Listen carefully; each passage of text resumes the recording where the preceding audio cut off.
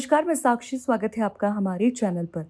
शशि थरूर कांग्रेस के भीतर होते हुए भी देश की राजनीति में अपनी अलग शख्सियत और अहमियत रखते हैं। मुश्किल यह है कि ना तो कभी कांग्रेस उनको तवज्जो देती है और ना ही किसी की परवाह करते हैं। फिलहाल जो भी हो रहा है वो भी इसी टकराव का नतीजा है। शशि थरूर हैं तो कांग्रेस में ही, लेकिन किसी ऐसी छोर पर जो बाकियों से बहुत दूर होती है। ऐसे में कांग्रेस नेताओं की निगाह हमेशा टिकी रहती है। कुछ कांग्रेस नेता ऐसे भी होंगे, शशि थरूर, जिनकी आंखों की किरकिरी बने हुए होंगे। हो सकता है राहुल गांधी के साथ ऐसा ना हो, लेकिन उनको भी तो अपने नजदीकी सलाहकारों की बात सुननी ही होती है। अभी तक शशि थरूर ने खुद कभी नहीं कहा कि वो कांग्रेस छोड़ सकते हैं, लेकिन तंग आकर एक मलयालम पॉडकास्ट में ये जरूर बोल दिया था कि उनके पास काम की कमी नहीं है। हालांकि ऐसे कामों की सूची में वो राजनीति की जगह अपनी किताबों और लेक्चर देने के निमंत्रण का ही जिक्र किया था, वो भी बड़ी संजीदगी में। कांग्रेस सांसद शशि थरूर को लेकर ताजा विवाद शुरू हुआ। पाकिस्तान और आतंकवाद के खिलाफ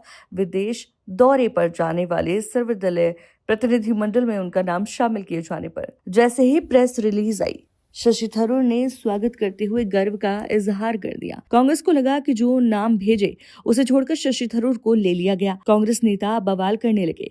बाद में केंद्र सरकार ने कांग्रेस की सूची से आनंद शर्मा को भी शामिल कर दिया। केरल सरकार की तरफ से तुर्कियों को 2023 में दी गई 10 करोड़ रुपए की आर्थिक मदद पर तो बवाल मचा ही हुआ था। शशि थरूर ने सोशल साइट एक्स पर ऐसी बात लिख डाली कि कांग्रेस में उनके सारे विरोधी परेशान हो उठे। शशि थरूर ने लिखा, सितंबर 2016 में पहली बार भारत ने एक आतंकी लॉन्च पैड पर सर्जिकल स्ट्राइक करने के लिए एलओसी को पार किया था। उससे पहले भारत ने ऐसा पहले कभी नहीं किया। एक पोस्ट में शशि थरूर ने यह भी साफ कर दिया था कि उनको किसी की परवाह नहीं है। हमेशा की तरह आलोचकों और ट्रोल्स ने मेरे विचारों और शब्दों को तोड़ मरोड़ कर पेश किया, जिसका स्वागत है।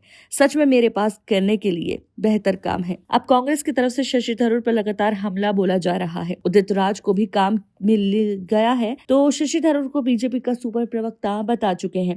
कांग्रेस नेता पवन खेड़ा शशि थरूर की 2018 में आई किताब द पैराडॉक्सिकल प्राइम मिनिस्टर का एक पेज शेयर करके उनको एक्सपोज करने की कोशिश कर रहे हैं, ताकि बीजेपी समझ जाए कि वो प्रधानमंत्री नरेंद्र मोदी के बारे में क्या सोच सकते हैं। मुश्किल यह है कि मोदी को बुरा भला कहने वाले कपिल शर्मा को दिल्ली सरकार में मंत्री बना सकती है, हेमंत बिस्वा शर्मा को आसाम का मुख्यमंत्री बना सकती है, तो शशि थरूर को राजनीतिक फायदे के लिए साथ क्यों नहीं ले सकती। कांग्रेस शायद ये नहीं समझ रही है कि शशि थरूर उनके लिए कितने काम के हैं, और यही वजह है कि शशि थरूर चुन चुन कर कांग्रेस से बदला ले रहे हैं, और अंदाज ऐसा है जैसे मजे ले रहे हों। शशि थरूर ने खुद बताया है कि संयुक्त राष्ट्र से लौटने के बाद जब वो भारत में राजनीति शुरू करने की सोच रहे थे, तो उनके पास जिन राजनीतिक दलों की तरफ से ऑफर था उनमें कांग्रेस और बीजेपी दोनों शामिल थे, लेकिन आइडियोलॉजी पसंद आने की वजह से शशि थरूर ने कांग्रेस को तरजीह दी और अब भी वो कांग्रेस में ही बने हुए हैं।